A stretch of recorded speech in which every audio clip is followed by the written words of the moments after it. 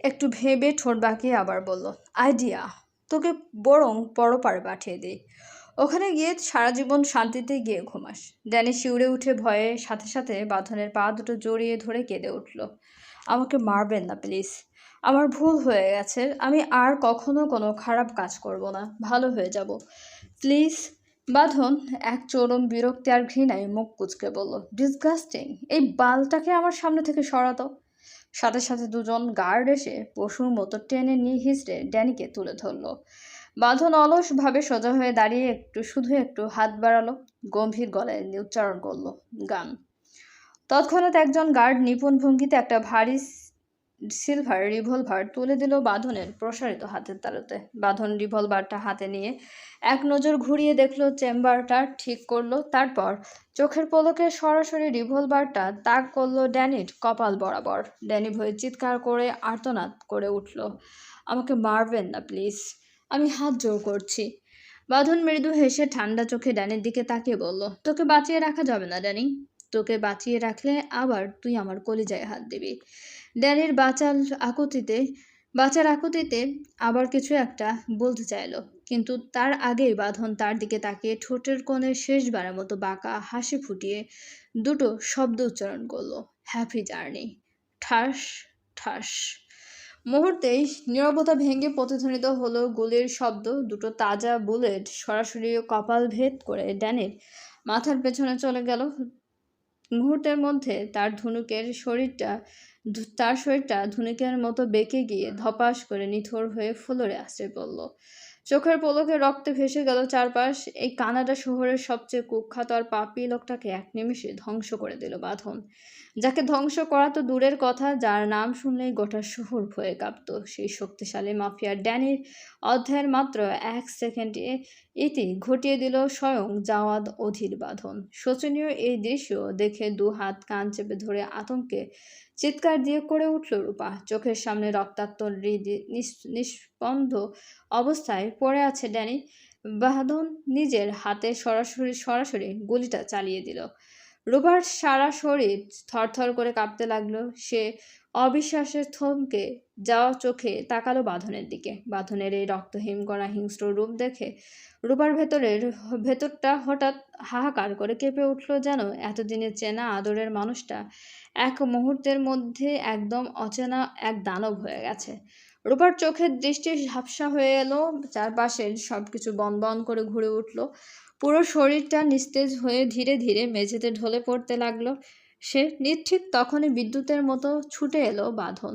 এক মুহূর্ত দেরি না করে আলতো করে দীর্ঘ হাতে রূপাকে জড়িয়ে ধরে ফেললো, যেন একটুখানি নিচে পড়ে গেলেই কাচের পুতুলের মতো ভেঙে চুরমার হয়ে যাবে। ধপ করে দুজনেই ফ্লোরে বসে পড়ল। চারপাশে তখন এক অদ্ভুত থমথমে নিস্তব্ধতা, শুধু দুজনের দ্রুত চলা ঘন নিঃশ্বাসের শব্দ স্পষ্ট শোনা যাচ্ছে। বাঁধন খুব শক্ত করে জড়িয়ে ধরল রূপাকে, এতটাই শক্ত যে তাকে চিরতরে হারানোর ভয়টা এখনো তার বুকের ভেতর আঁচড়ে পড়ছে। সে রূপার মাথাটা নিজের চওড়া বুকে টেনে চেপে ধরলো, তারপর তার কপালে ধীরে মায়াময় একটা ভারী চুমু আঁকলো। চোখ দুটো শক্ত করে বন্ধ করল বাঁধন। রূপাকে নিজের বুকের ভেতর মিশিয়ে নিয়ে এক দীর্ঘ নিঃশব্দ ও গভীর নিঃশ্বাস টেনে নিল, যেন এতদিন ধরে জমে থাকা সমস্ত ঝড়, আতঙ্ক আর অস্থিরতা এক নিমেষে ফুসফুস করে বের করে দিতে চাইছে সে। তারপর এক বুক হালকা হয়ে একদম নিচু ও ভারী কণ্ঠে ফিসফিসিয়ে বলে উঠল, উফ, শান্তি। সময় যেন থমকে গেছে। চারপাশের পুরো পৃথিবীটাই যেন স্তব্ধ হয়ে এক জায়গায় আটকে গেছে। কোলজোড়ে থাকা রূপসী রমণীকে কতক্ষণ ধরে এভাবে ব্যাকুল হয়ে জড়িয়ে ধরে রেখেছে সে খেয়াল যেন বাঁধনের একেবারে নেই। ঠিক তখনই এক গার্ড ইতস্তত করে বলে উঠল, স্যার, মুভ ইন। কথাটি পুরোপুরি শেষ করার আগেই গর্জে উঠল বাঁধন, চাবুকের মতো বরফ শীতল কণ্ঠে শাসিয়ে বলল, হুশ, একদম চুপ। গার্ডটি সাথে সাথে রক্তহীন হয়ে থমকে গেল এবং নিজের জায়গায় চুপচাপ গিয়ে দাঁড়িয়ে পড়ল। নিজের ভালোবাসার রমণীকে ফিরে পেয়ে পুরুষটি যেন সত্যি পাগল হয়ে গেছে। বুকের ভেতরের সমস্ত আকুলতা নিয়ে অত্যন্ত শক্ত করে জড়িয়ে ধরে আছে এই অবচেতন হয়ে থাকার উপসীকে। যেন কত শত দিন কত নির্মমভাবে ছটফট করেছে সে এই মেয়েটাকে একটিবার নিজের চোখে দেখার জন্য। কত দীর্ঘ রাত তার বুকের ভেতর হাহাকার করে চিৎকার করেছে। আর আজ সেই প্রাণের মানুষকে বুকের মাঝে ফিরে পেয়ে পুরুষটি তারকে ছেড়ে দিতে ভুলে গেছে যেন। হাত একটুখানি শিথিল হলেই সে আবার কোনো এক অজানা অচিন দেশে হারিয়ে যাবে। দূরে দাঁড়িয়ে অ্যান্সি আর নিক্সি মুগ্ধ হয়ে দৃশ্যটা চোখে দেখছে। দুজনের ঠোঁটের কোণেই ফুটে উঠেছে মায়াময় মিষ্টি হাসি। তারা তো খুব ভালো করে জানে এই একটা মাত্র মেয়ের জন্য বাঁধন কতটা ছটফট করেছে, কতটা নরক যন্ত্রণা নীরবে সহ্য করে এসেছে। রাতের কানাডা শহর যেন কোনো নিপুণ শিল্পীর ক্যানভাসে আঁকা এক মায়াবী আলোর আধারের কাব্য। উপর থেকে তাকালে মনে হয় নিঝুম মাটির ওপর কোটি কোটি রূপালী ও সোনালী নক্ষত্র একজোট নেমে এসেছে। শহরের বাঁকা বাঁকা ও প্রশস্ত রাস্তাগুলো কুয়াশার পাতলা চাদরে ঢাকা। সেই ভেজা রাজপথের বুক চিরে চলে যাওয়া সোডিয়াম আর নিয়ন বাতিগুলোর আলো পিচ ঢালা রাস্তায় এক অদ্ভুত চকচকে বিচ্ছুরণ তৈরি করে। উঁচু উঁচু কাচের তৈরি আকাশচুম্বী স্কাই ক্র্যাফারগুলো রাতের আধার ভেদ করে দাঁড়িয়ে আছে সগৌরবে। সেগুলোর প্রতিটি জানালায় জ্বলতে থাকা ছোট আলো যেন শহরের জেগে থাকার গল্প বলে। শহরের মাঝ দিয়ে বয়ে যাওয়া শান্ত নদী বা লেকের পানিতে উঁচু অট্টালিকাগুলোর রঙিন আলোর প্রতিফলন এক মায়াবী জলছবি এঁকে দেয়। হাওয়ায় ভেসে আসে হিমশীতল এক স্নিগ্ধ বাতাস, যা গায়ে লাগলেই এক অচেনা প্রশান্তি ছড়িয়ে পড়ে। মাঝরাতে চারপাশ যখন নিস্তব্ধ হয়ে আসে তখন নিয়নের রঙিন আলো, হালকা কুয়াশা আর ঠান্ডা বাতাসের এই অপূর্ব ককটেল পুরো শহরকে বানিয়ে তোলে এক মোহনীয় রহস্যময় আর শান্ত সৌন্দর্যের স্বর্গরাজ্য। ধীরে ধীরে রূপার আবার জ্ঞান ফিরল। চোখের ভারী পাতা তুললে চোখ দুটো মেলে তাকাতেই সে নিজেকে আবিষ্কার করলো সেই নিস্তব্ধ সুসজ্জিত রুমের নরম বিছানায়। পাশে তাকাতে দেখতে পেল ফেন্সি ইয়ারা পরম মমতায় বসে আছেন। তারপর তার চোখ গেল রুমের এক কোণে সোফাটার দিকে। সোফাটায় বসে আছে অ্যান্সি, নিক্সি, অমর, জেইন আর আকাশ। মানে আকাশও এসেছে। রূপাকে চোখ খুলতে দেখে ফেন্সি ইয়ারা স্নেহের হাসিতে আকুল হয়ে বলে উঠলেন, এখন কেমন আছেন দিদি ভাই? কথাটা শুনেই রুমের সবাই একযোগে রূপার দিকে তাকালো। রূপার অবশেষে জ্ঞান ফিরেছে দেখে অমর স্বস্তির নিঃশ্বাস ফেলে সোফা ছেড়ে উঠে দাঁড়ালো। তারপর নাটকীয় ভঙ্গিতে বলল, ফাইনালি জ্ঞান ফিরেছে তাহলে। ওফ বাবা, এতক্ষণ টেনশনে আমি তো শেষ। আমি আসি এখন। বলে অমর দ্রুত রুম থেকে বেরিয়ে গেল। তার দেখা দেখে আকাশ আর জেইনও ধীর পায়ে রুম থেকে চলে গেল। রূপা অত্যন্ত অবাক দৃষ্টিতে তাকিয়ে রইল এই বয়স্ক বিদেশি ফেন্সি ইয়ারা নামের মহিলার দিকে। প্রবীণ এই মহিলাকে দেখে সত্যিই যেন মনের ভেতর এক অদ্ভুত অচেনা টানের সৃষ্টি হয়। মনে হয় সত্যি সত্যিই তিনি রূপার খুব আপন কেউ। যে আস্তে করে মহিলার মুখের দিকে তাকিয়ে আকুল কণ্ঠে শুধালো, আপনি কে? আপনাকে দেখে আমার কেন এমন মনে হচ্ছে যেন আপনি আমার খুব কাছের কেউ। ফেন্সিয়ারা মায়াময় হেসে পরম স্নেহে রূপার মাথায় হাত বুলিয়ে দিয়ে বললেন, কারণ রক্তের টান জিনিসটাই এমন এমন রে দিদি ভাই। মানুষ মানুষকে যতই দূরে রাখুক না কেন, রক্তে রক্তে যখন দেখা হয় তখন কাছের মানুষ বলে অনুভূতি হতে বাধ্য। যেমনটা এখন তোর হচ্ছে, তুই তো আমাদেরই রক্ত রে বোন। বিস্ময়ে চোখ দুটো বড় হয়ে গেল রূপার। মুখটা হা হয়ে রইল। সে কিভাবে এদের রক্তের মানুষ হতে পারে? সে তো পুরোদস্তুর একজন বাংলাদেশি মেয়ে। তাহলে এই অচেনা বিদেশি মানুষদের রক্তের সাথে তার সম্পর্ক কিভাবে সম্ভব? ঠিক তখনই নিক্সি এসে বিছানার এক পাশে গায়ে এলিয়ে বসলো। এক হাতে কোমর দিয়ে ক্লান্ত ভঙ্গিতে বলল, তাহলে তোমার অবশেষে জ্ঞান ফিরল? ওফ, এখানে একভাবে বসে থাকতে থাকতো আমার কোমরটাই শেষ হয়ে গিয়েছিল। রূপা বিভ্রান্ত হয়ে বলল, কেন আপু? অ্যানসু যে এগিয়ে এসে বিছানার রূপার গা ঘেঁষে বসলো। তারপর মুচকি হেসে বলল, আর বলো না, ডাক্তার এসেছিল, তোমাকে দেখে পরীক্ষা করে জানিয়েছে যে কোনো সময় তোমার জ্ঞান ফিরবে। তাই তুমি চোখ মেলা না পর্যন্ত বাঁধন আমাদের সবাইকে হুকুম দিয়ে তোমার এই রুমেই বসিয়ে দিয়ে রেখেছিল। বাঁধন নামটা কানে যেতেই রূপার স্মৃতির ঝাঁপি যেন এক লহমায় খুলে গেল। ড্যানির করুণ পরিণতি, বুলেটের বিকট শব্দ আর সেই হিংস্র দৃশ্য সব একে একে মনে পড়ে গেল তার। কিন্তু বাঁধন হঠাৎ কেন এমন রক্তহীন করা মাফিয়া রূপ ধারণ করেছে তার কিছুই মাথা মুন্ডু বুঝতে পারছে না। রূপা সে অ্যান্সির দিদিকে বেকুল দৃষ্টিতে তাকিয়ে আকুল কণ্ঠে বলল, উনি এখন কোথায়? নেক্সি বিছানায় হেলে পড়ে হাতে থেকে ফোনটা নাড়াচাড়া করতে করতে অলস গলায় বলল, বাইরে সুইমিং পুলের সামনে ব্যায়াম করছে। রাতের অন্ধকার, নিঝুম অন্ধকারে সুইমিং পুলের তলার নীলছে আলোগুলো যেন এক মায়াবী জলছবি এঁকে দিয়েছে। নীলমণির মতো চমকাতে থাকা সেই পানির ঠিক ধারেই শক্ত মার্বেলের ফ্লোরে এক ছন্দে বিরামহীনভাবে পুশ আপ করে দিয়ে চলেছে বাঁধন। ঘামে ধুয়ে মুছে শরীর ভিজে একাকার হয়ে গেছে।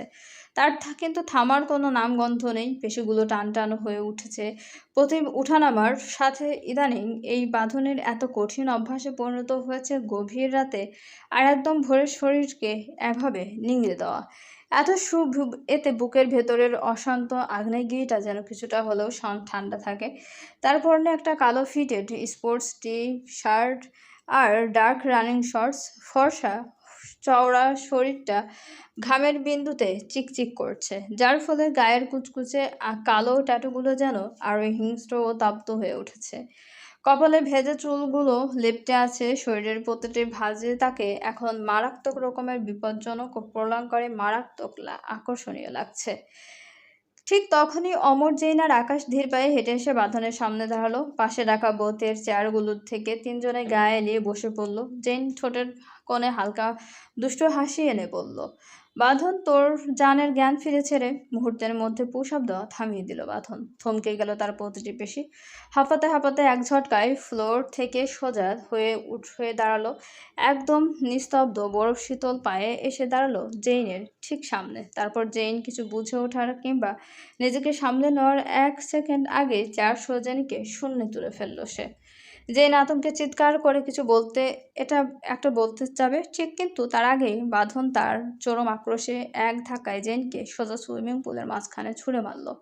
সপাত একটা বিকট শব্দে রাতের নিস্তব্ধতায় চুরমার হয়ে গেল। জেইন গিয়ে পড়ল বরফের মতো শিমশীতল পানিতে হাবুডুবু খেয়ে। মুখ থেকে পানি ছিটিয়ে উপরে উঠে বাঁধনের দিকে আড়ষ্ট চোখে তাকালো জেইন। এটা কি করলি তুই? আমাকে অকারণে এভাবে পানিতে কেন ছুঁড়ে ফেললি? বাঁধন এক হাত কোমরে রেখে অন্য হাতের উল্টো পিঠ দিয়ে কপাল থেকে গড়িয়ে পড়া ঘাম মুছতে মুছতে চোখ দুটো ছোট ছোট করে বলল, জান শব্দটা শুধু আমার মুখে শোভা পায়। আমি ওকে জান বলবো? তুই ওকে কোন সাহসে জান বললি? এখনই ওই পানিতে কান ধরে দণ্ডায়মান হ। বাঁধনের এমন উগ্র ও পাগলটে অধিকার বোধ দেখে পাশে বসে থাকা অমর আর আকাশ নিজেদের আর ধরে রাখতে পারল না। হো হো করে হেসে উঠল। জেইন যেন মহাকাশ থেকে বলল, চোখ দুটো গোল গোল করে হা করে অবিশ্বাসের সুরে বলল, সিরিয়াসলি?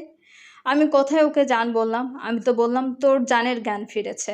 মেঝেতে রাখা ঠান্ডা পানির বোতলটা একটানে কুড়িয়ে তুলে নিল বাঁধন। ক্যাপটা মোচড় দিয়ে খুলতে খুলতে রকচটা গলায় বলল, জান শব্দটা তোর মুখ থেকে বেরই বা হবে কেন, ইডিয়েট? জান শব্দটা শুধুই আমার পেটেন্ট করা। তুই বলবি ভাবি, তুই কেন জান বলবি? তুই কি সোজা বাংলায় বলতে পারতি না যে বাঁধন ভাবির জ্ঞান ফিরেছে? মাদারচোদ, এখনই কান ধর, নয়তো ওই রক্তখেকো কুকুরগুলোকে এখনই তোর সাথে সাঁতার কাটতে পানিতে নামিয়ে দেব। জেন ভয়ে আর 1 সেকেন্ডে দেরি না করে পানির মধ্যে 2 হাত দিয়ে সোজা কান ধরে ফেললো। বাঁকা চোখে তাকালো বাঁধনের দিকে, কিন্তু টুঁ শব্দ করার সাহস পেল না। বাঁধন পানির বোতলটা মুখে ঢেলে ঢকঢক করে গিলে খেতে লাগলো। ঠিক তখনই বিশাল বাড়িটির ভারী কাঠের দরজা ঠেলে বাইরে বের হয়ে এলো রূপা। নীলছে মায়াবী আলোয় চারপাশের পরিবেশটা দেখে মুগ্ধতায় তার চোখ জোড়া আটকে গেল। এটা কোনো সাধারণ বাড়ি নয়, যেন রাজকীয় কোনো রাজপ্রাসাদ। এত সুন্দর দৃষ্টিনন্দন বাড়ি সে জীবনে কখনো দেখেছে কিনা তার জানা নেই, কিন্তু মনের অজান্তেই প্রশ্ন জাগলো, এই প্রাসাদময় বাড়িটা আসলে কার? তার এই গভীর ভাবনার মাঝে নজর গেল চারপাশের বিস্তৃত আঙ্গিনার দিকে। থরে থরে সাজানো শক্তিশালী সশস্ত্র গার্ডরা ঘাড় সোজা করে একদম সতর্ক ভঙ্গিতে পাহারা দিচ্ছে। একটি ব্যক্তি মালিকানাধীন প্রাসাদে যে এত এত পেশাদার গার্ড থাকতে পারে তার উপর একদমই কল্পনার বাইরে ছিল। হঠাৎ ঘুরতে ঘুরতে রূপার থমকে যাওয়া নজর গিয়ে পৌঁছালো আলো ঝলমলে সুইমিং পুলের ঠিক ধারে বাঁধন এক মনে বোতল থেকে পানি খাচ্ছে। দৃশ্যটা দেখা মাত্রই মুহূর্তের মধ্যে রূপার বুকের ভেতরটা ধক করে উঠল। আর তার ঠিক পরপরই চোখ চলে গেল কনকনে ঠান্ডা সুইমিং পুলের স্ফটিক পানিতে। সেখানে একদম প্যাঁচার মতো করুণ মুখ বানিয়ে ঠান্ডা পানিতে কাঁপতে কাঁপতে কান ধরে দাঁড়িয়ে আছে জেইন। অবেলায় এই মাঝরাতে জেইনকে সুইমিং পুলের জমে যাওয়া পানিতে এভাবে অসহায় অবস্থায় কান ধরে দাঁড়িয়ে থাকতে দেখে রূপার ভীষণ হাসি পেয়ে গেল। সে দুই ঠোঁট শক্ত করে চেপে ধরে ভেতরের ফিনফিনে হাসিটা কষ্ট করে আটকে রেখে ধীর পায়ে হেঁটে বাঁধনের কাছাকাছি এসে চলে এলো। রূপাকে কাছে আসতে দেখে জেইন এক গাল কাঁদো কাঁদো মুখে করে বলে, অবুঝ বাচ্চার মতো সুরে কাকুতি মানতি করে ডেকে উঠল, ও ভাবি গো, বাঁচাও আমায়। এই বরফ শীতল পানিতে আর কিছুক্ষণ এভাবে দাঁড়িয়ে থাকলে আমি নিশ্চিত নিউমোনিয়া হয়েই মরে যাব। জেইনের ব্যাকুল কথা শুনে পানি খাওয়া থামালো বাঁধন। ঘাড় সামান্য বাকি আর চোখে তাকালো রূপার দিকে। রূপা বিস্ময় নিয়ে জেইনের দিকে তাকিয়ে শুধালো, কি হয়েছে ভাইয়া? আপনি এভাবে পানিতে কেন? পাশে বসে থাকা অমর হাসতে হাসতে পেট চেপে ধরে বলল, ও শালা তোমাকে জান বলেছে দেখে বাঁধন পানিতে ফেলে এভাবে কান ধরিয়ে দাঁড় করিয়ে রাখছে। কথাটা শুনে চরম বিস্ময় নিয়ে বাঁধনের দিকে তাকালো রূপা। এই লোকটাকে পুরোপুরি সাইকো হয়ে গেছে, একটা সামান্য শব্দের জন্য এমন শাস্তি। বাঁধন পানির বোতলটা পাশে রেখে ভ্রু জোড়া সামান্য নাচিয়ে খোঁচা মেরে বলল, এভাবে কি দেখছিস? একদম গিলে খেয়ে ফেলবি নাকি? নিজেকে কি একটু লবণ মরিচ দিয়ে মাখিয়ে নিয়ে আসবো যাতে খেতে তোর সুবিধা হয়? এমন হুট করে সামনাসামনি নির্লজ্জ কথা শুনে এক মুহূর্তের জন্য একদম থমকে গেল রূপা। লজ্জায় আর অস্বস্তিতে মুখ লাল হয়ে উঠল তার। সে এক লোহমায় মাথা নিচু করে নিজেকে সামলে নিয়ে ধীর স্বরে বলল, জেইন ভাইয়াকে উঠতে বলুন, আপনার সাথে কিছু জরুরি কথা আছে। বাঁধন একটা লম্বা নিঃশ্বাস টানলো, তারপর সুইমিং পুলের পানিতে থাকা জেইনের দিকে তাকে চোখের ইশারায় ওপরে উঠে আসার সংকেত দিল। জেইন যেন হাতে আকাশের চাঁদ পেল, আর এক সেকেন্ডও দেরি না করে সাথে সাথে পানি থেকে উঠে পড়ল সে। হিমশীতল পানিতে ভিজে সারা শরীর তার থরথর করে কাঁপছে। সে দ্রুত গা মুছতে মুছতে নিজের রুমের দিকে দৌড় দিল। আকাশ হালকা হেসে রূপা আর বাঁধনের দিকে তাকিয়ে বলল, আমরা তাহলে ভেতরে যাই, তোরা দুজন কথা বল। বলেই আকাশ আর অমরও ধীর পায়ে বাড়ির ভেতরে চলে গেল। মুহূর্তের মধ্যে চারপাশ আবার নিস্তব্ধ হয়ে এলো। চেয়ারের উপর শরীরটা আলতো করে এলিয়ে দিয়ে বসলো বাঁধন। রূপার মায়াবী চোখের দিকে নিজের গাঢ় দৃষ্টি জোড়া গেঁথে নিয়ে বরফ শীতল মিহি কণ্ঠে বলল, প্রশ্ন শুরু করুন। যা যা প্রশ্নের বিশাল তালিকা নিয়ে এসেছেন আমার কাছে ঝটপট এক এক করে ছুড়ে দিন। অবিশ্বাস্য চোখ দুটো আরো বড় বড় হয়ে গেল রূপার। লোকটা এত সহজে বুঝে গেল যে সে মনে মনে এক গাদা প্রশ্ন জমিয়ে নিয়ে এসেছে। রূপার এক মুহূর্ত দেরি করলো না, সোজা বাঁধনের চোখের দিকে তাকিয়ে বুক কাঁপানো গলায় প্রশ্ন করল, ইথান প্রিসিয়াকে? চেয়ারের হাতলে অলস ভঙ্গিতে হাতের আঙ্গুলগুলো ঠকঠক করে নাচাতে নাচাতে হালকা সুরে বলল বাঁধন, আমার বউ। এক নিমিষে রূপার বুকের ভেতরটা যেন কেউ নিংড়ে মুচড়ে দিল। ইথান প্রিসিয়া তার বউ মানে? তাহলে সে কে? লোকটা কি এতদিনে আবার নতুন কাউকে জীবনসঙ্গী করে নিল? ভাবতেই রূপার কলিজাটা যেন ছিঁড়ে ফেটে আসার মতো এক অসহ্য যন্ত্রণার অনুভূতি শুরু হলো। নোনা জলে চোখ দুটো এক লহমায় টলমল করে উঠল। কাঁপতে থাকা ঠোঁট জোড়া কোনো মতে সামলে কাপা গলায় শুধালো, তাহলে আমি কে? বাঁধন খুব নির্বিকার ভঙ্গিতে বলল, কি জানি, আমার বউয়ের নাম তো রূপা না, আমার বউয়ের নাম ইথান প্রিসিয়া। রূপা নিজের নিচের ঠোঁটটা শক্ত করে দাঁত দিয়ে চেপে ধরে ধেয়ে আসা কান্নাটা আটকে রাখার বোকামির চেষ্টা করলো। তারপর কান্না ভেজা কণ্ঠে বলে উঠল, মিথ্যা বলছেন আমার সাথে? ঠাট্টা করছেন তাই না? বাঁধন চোখ ছোট ছোট করে তরপিয়ে বলল, ওই মাফিয়ার বাচ্চা, তোর সাথে মজা করে কি আমি কোনো পয়সা পাবো যে তোর সাথে ফালতু মজা করতে যাব? 1 মিনিট দাঁড়া, দেখাচ্ছি তোকে। আমার বউ শুধু যে আমার মনেই থাকে তা নয়, আমার শরীরেও সে জড়িয়ে থাকে। বলেই বাঁধন দাঁড়িয়ে পড়ল। তারপর এক ঝটকায় তার গায়ে ঘামে ভেজা টি শার্টটা ছুঁড়ে ফেললো। লজ্জায় আর আচমকা অস্বস্তিতে এক লোহমায় চোখ জোড়া শক্ত করে বন্ধ করে ফেলল রূপা। লোকটা হুট করে গায়ের টি শার্ট খুলতে গেল কেন? সে মনে মনে অস্থির হয়ে ওঠার আগেই বাঁধনের দৃঢ় কণ্ঠে ভেসে এলো, রোমান্স করার জন্য টি শার্ট খুলিনি, চোখ খোল। রূপা থরথর করে কাঁপতে কাঁপতে ধীর পায়ে আধা বোঝা চোখ দুটো খুলল। সামনে দাঁড়িয়ে থাকা বাঁধনের উন্মুক্ত চওড়া বুকের দিকে তাকাতেই যেন তার পায়ের তলা থেকে এক লহমায় পুরো মাটি সরে গেল। উন্মুক্ত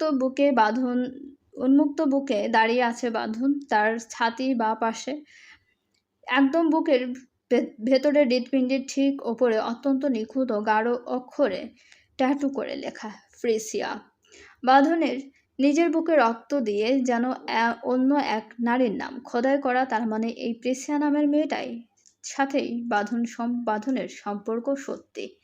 নিজের প্রাণের পুরুষ, একমাত্র ভালোবাসা মানুষটার বুকে অন্য কোনো নারীর নাম খোদাই করা দেখে রূপা আর কোনোভাবেই নিজেকে সামলাতে পারল না। তার বুকের ভেতরটা এক নিমেষে চুরমার হয়ে ভেসে গেল নোনা জলে। ব্যাকুল হয়ে ডুকরে কেঁদে উঠল সে। এক মুহূর্তে নিজের সমস্ত হুঁশ জ্ঞান হারিয়ে উন্মাদের মতো বাঁধনের একদম সামনে ছুটে এলো রূপা।